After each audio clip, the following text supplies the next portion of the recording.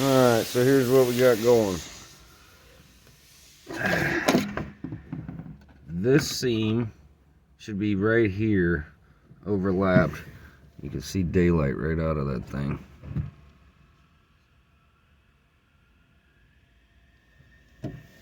So all this got pushed in. You could see the buckles through here.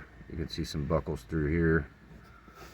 We got hit pretty good. So that's all got to come back around the inner structure.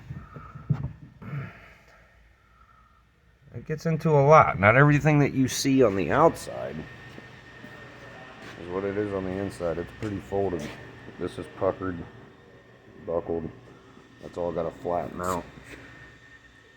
Oh yeah. Oh yeah. Stay tuned. I'm gonna get in there and work that whole thing out.